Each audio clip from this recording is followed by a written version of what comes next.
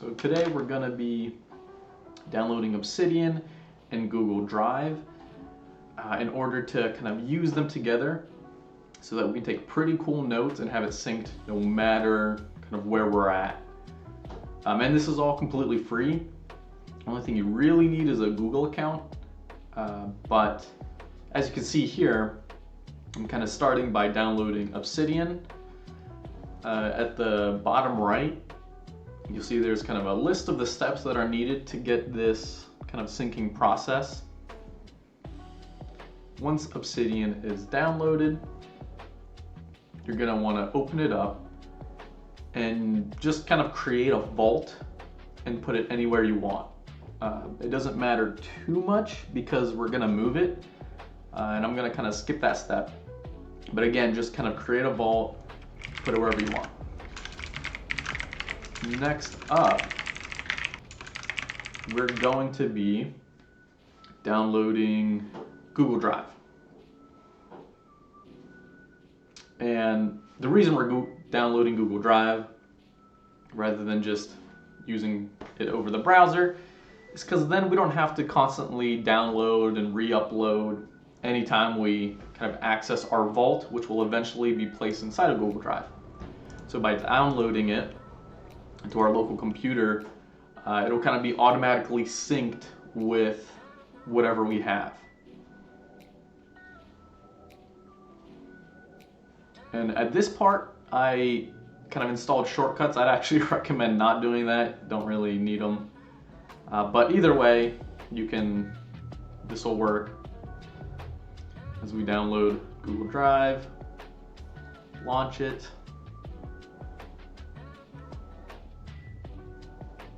And we've downloaded it.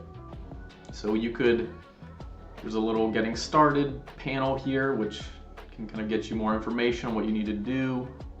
It's not too important. We're just gonna kind of keep going. I skipped to signing in. So as long as you're signed in, you'll kind of get that success screen, and then it'll move on and kind of ask you where do you want to kind of place Google Drive or back things up. And you can skip a lot of this as well.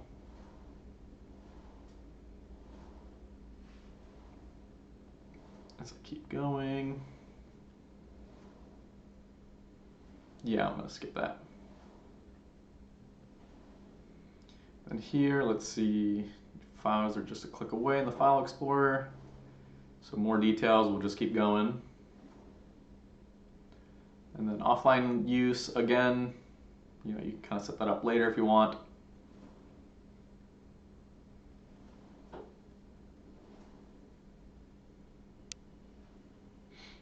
I'm going to go ahead and open up Google Drive.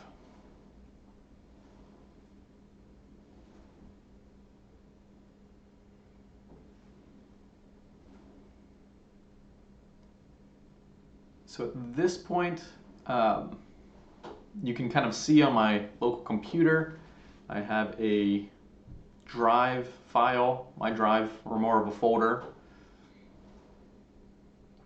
And so in here is where I eventually want to put my Obsidian Vault, which I created earlier. So here I'm just going to open up both. On the left here we have where the Obsidian Vault is. On the right is my Google Drive, exactly where I want to put it. So in my drive, I made a folder called Obsidian, which is where I'm going to put my new vault. So I just click and drag it. So I just dragged it from my local folder into my drive. I'm going to delete it from my local computer because I don't really need it. I don't want to mix it up in the future. And at this point, hopefully it actually should work. As long as you have Google Drive installed on a computer, you should be able to access your vault. And again, really cool because then you can really access it from anywhere. Let me test it out here.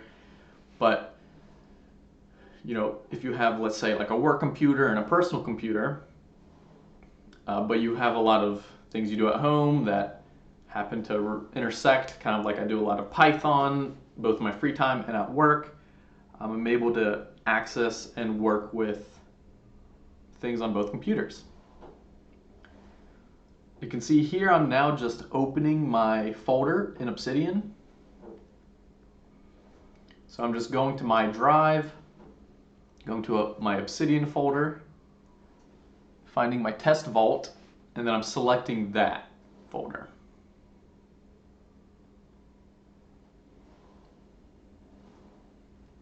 And once I select that, you can see I made a little note that I'm on computer A.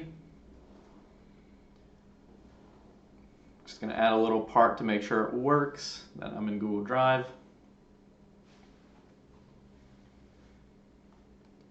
But kind of either way, that's about it. At this point, you should be able to access, these files from anywhere. I'm personally still learning a lot about Obsidian and how it works, so if anyone has any tips or anything for how they use it, I'd appreciate that. Otherwise, I'll kind of report what I end up liking about it or don't end up liking about it. Seems like a really cool system. Another kind of hiccup comes with accessing it from a mobile device. So it seems like to do something like that, you need to download a special app that lets you access Markdown files. And that's just a couple extra steps. I don't know if I want to go that far with it, but maybe I do.